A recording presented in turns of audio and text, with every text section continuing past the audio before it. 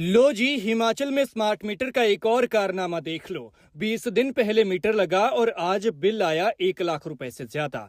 भैया, ये smart meter कोई मीटर नहीं बल्कि पैसा छापने की मशीन है, लेकिन विभाग के लिए। जनता को तो बस झटके ही लग रहे हैं, वो भी 440 वोल्ट के। जिनके घरों में लगे हैं वो शॉक्ड हैं और जिनके अभी लगने हैं वो चिंता में है कि हमारा क्या होगा, क्योंकि इन मीटर्स की स्मार्टनेस की तो हद हो गई है। और इस पर पीड़ित बोला कि भैया, या तो इनको बंद कर दो या सुधार कर लो, वरना किसी दिन कोई सदमे से मर जाएगा। अगर ये करना भी है तो इसका तो बिल्कुल ठीक ढंग से होना चाहिए, तो किसी की तो डेथ हो जाएगी। स्मार्टनेस इसलिए क्योंकि जो पिछला बिल आया था वो था 82,000 रुपए से ज्यादा का, और ये वाला जो आया इसने सोचा मैं पिछले वाले से क्यों पीछे रहूं, इसलिए इसने 1 लाख का आंकड़ा छू लिया। शायद सोने की बराबरी करने चला था, और इतना बड़ा बिल तो किसी अच्छी खासी फैक्ट्री का 1 महीना बिजली यूज करने पर ना आए, जो 20 दिन में आ गया। यकीन नहीं तो बिजली के बिल के इस मैसेज के स्क्रीनशॉट को आप देख सकते हैं। बिजली विभाग की तरफ से ये मैसेज आया है और 1,289 रुपए अमाउंट लिखा है।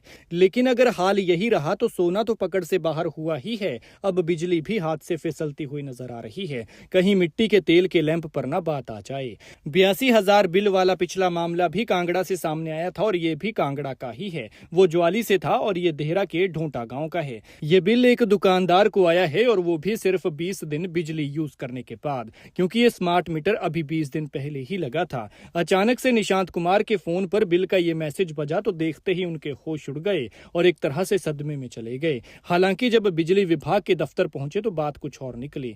उन्होंने तुरंत दफ्तर में जाकर इसकी शिकायत दर्ज करवाई। अधिकारियों को बताया तो पाया कि ये कोई टेक्निकल ग्लिच था, और बिल तो सारा 600 रुपए ही था। ये पता चलते ही पीड़ित की जान में जान आई। उन्होंने राहत की सांस ली, लेकिन कहां 600 रुपए और कहां 1 लाख रुपए से ज्यादा। देहरा के अधिशासी अभियंता बलेश कुमार ने स्पष्ट किया है कि कई बार स्मार्ट मीटर के सिस्टम अपडेट या डाटा ट्रांसमिशन की वजह से सॉफ्टवेयर में गड़बड़ी आ जाती है, जिससे इस तरह के असामान्य बिल जनरेट हो जाते हैं। विभाग ने मामले के तुरंत तकनीकी जांच के आदेश दिए, जिसके बाद ये पाया गया कि बिल वास्तव में गलत था और 600 रुपए ही था।